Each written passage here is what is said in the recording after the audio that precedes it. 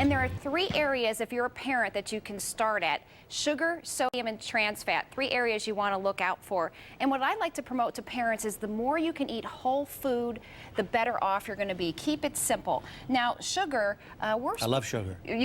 So does America. And it's a toxin, I know, but I still love it. So how do I get rid of it? Well, how we get rid of it is with an alternative here. Breakfast cereals. Breakfast cereals are a place where sugar is hidden. A common breakfast cereal may have up to about 50% sugar. So one way to switch it out is to make a thing called overnight oats. Have you ever heard of this before? Just recently, and I heard you talking about it, so go ahead. Well, it's 1 part oatmeal to 1 part any type of milk. This is just regular 1% milk, but you can also use cashew milk, almond milk, soy milk, and then whatever toppings you like. Just here I have some blueberries and strawberries. See, I could eat that, no problem. Absolutely, and then you put a lid on it overnight in the refrigerator, and when you wake up in the morning, this is what it looks like. Tastes amazing, and you can control. There's no added sugar in this unless you want to put it in. Now, Americans are taking in anywhere, well, kids are taking in anywhere from 21 to 34 teaspoons of sugar a day.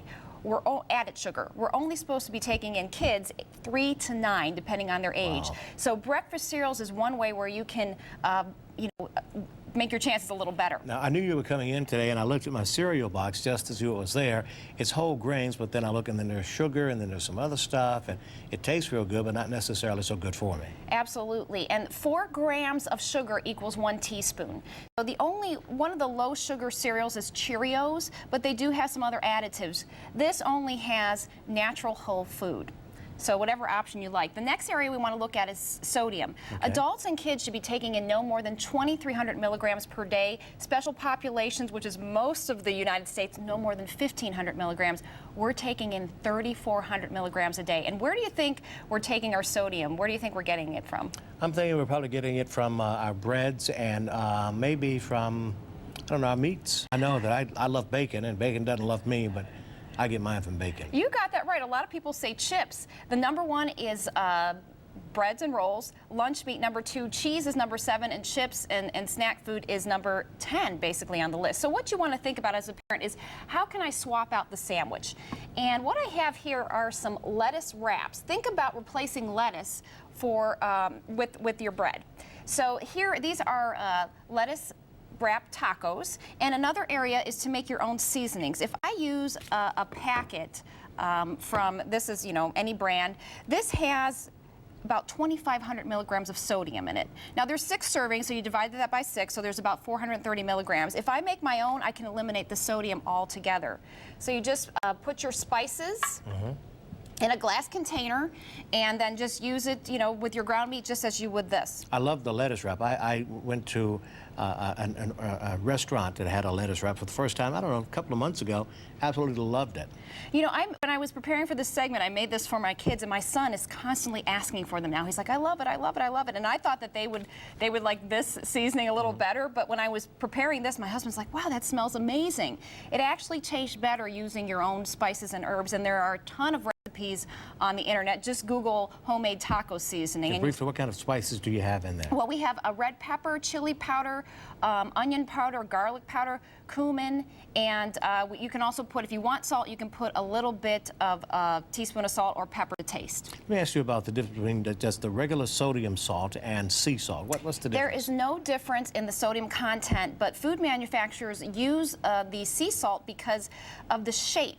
It can hit the tongue a little more effectively than a really fine-grained piece of salt. So that's why you'll see that in a lot of products. But the health is the same. The taste might be a little better. So they've been freaking me out here, but telling me I'm making me think I'm getting a better kind of salt when really I'm just getting salt. You're getting more bang for your buck, and so you might eat less. Okay, all right. Last one I want to talk about is trans fats. Now, the good news is a couple months ago, the FDA told food manufacturers they have to get this out of our food supply within 3 years. But until then, you have to read some labels. Trans fats are going to be found in your baked goods, your packaged goods. And the thing that parents need to know is when we're looking at a product, can you tell me, when you look at the nutrition facts label, how many trans fats are in there? but not my glasses. My glasses are on the assignment desk, so you read it for me. Okay, I can't see it says 0. Okay, so I'm like, great, this is a trans fat-free product. But when I go to look at the ingredients list, I see a word here called partially hydrogenated soybean oil. That is a trans fat. Manufacturers are allowed to say they have 0 trans fat if it's less than 0.5. So this product, if I ate 3 biscuits, I'd be getting some trans fats. Okay. An We alternative. have just about 15 seconds, so go for it if you can. I'm going to say an alternative is think about healthier snacks. These are organic carrots and guacamole and the Triscuit. I really love the Triscuit.